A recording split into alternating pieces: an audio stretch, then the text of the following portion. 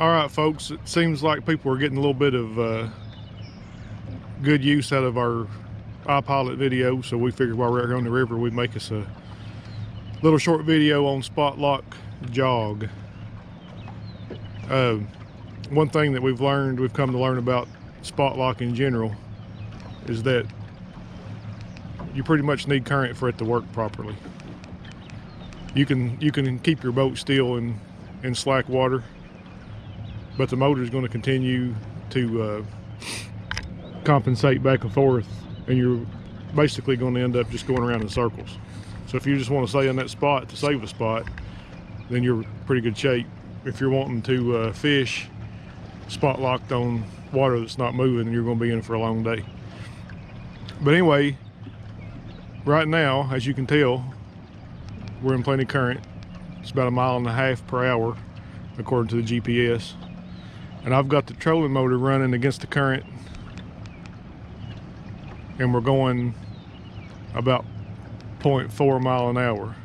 So another thing I've learned is that if you're in a spot where you want to wait till the boat is moving 0 miles per hour before you hit spot lock. And the reason I like doing that is because if the boat's moving and I hit spot lock right now, the boat's going to continue to move past that spot, so the motor's going to go crazy trying to compensate to get you back to where you first hit the button at. So right now we're going 0.4 miles per hour.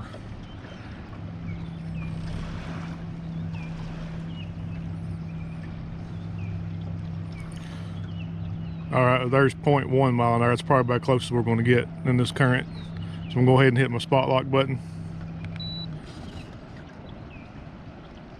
There you see the little anchor symbol come up.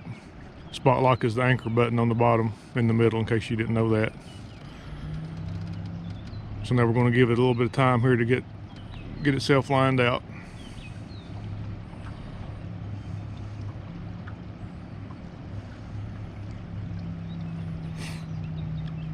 So the good thing about the current is it keeps your boat straight, because the motor is always going to be forced to point upstream to work against that current to keep the boat in one spot. So not only does it keep the boat in one spot, but it keeps it straight. So if you're fishing off the back of the boat, you're always fishing downstream like you should be. All right, so we're spot locked. It's settled out here pretty good. Looks like we're going between settings 5 to 7 back and forth to keep it straight. So now spot lock jog, this is the part where it's very important to have your heading sensor installed. You see already right there. That's kind of where this thing earns its keep. It kind of acts as a compass, or it does act as a compass. So it lets the motor know where it is, and if you want to jog 5 feet in any given direction, it lets the motor know where that is in relation to where the boat is at the current moment. So as you can see on this remote, there's no jog button on it. So what you use is you got your scroll up and down arrows that you scroll through your menu with, forward, backward, and then you got your right and left steering buttons to go right or left.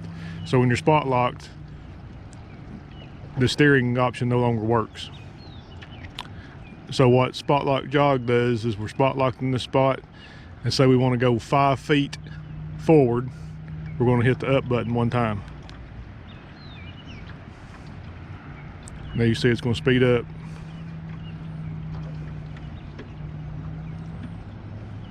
Seven and a half. So it's going to move us pretty much exactly 5 feet forward from where we were. So if you're trying to work an area real close, that's a good option to have. So if we want to go to the right, we hit the right button one time. You can see the motor adjusting. It's going to take us over 5 feet, and spot lock again.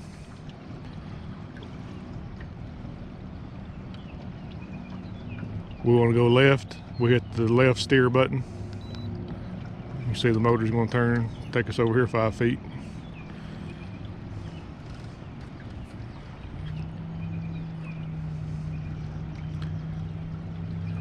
And then, of course, if we want to go backwards 5 feet, we hit the down button. The motor's probably going to pretty much shut down for a second.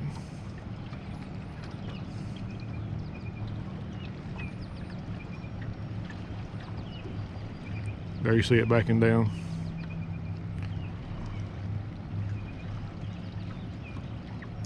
So it brings us backwards 5 feet. So you can do that as many times as you want to. You can go 5 feet at a time all the way from here to the dam or wherever you're going. Well, I don't think we missed anything. If we did, just leave a question down in the comments, and we'll try to clear it up. Like I said, you got to have the heading sensor for this part for it to work properly. I'm not even sure it'd work at all without it, honestly. All right, y'all have a good one. We'll see you on the next one.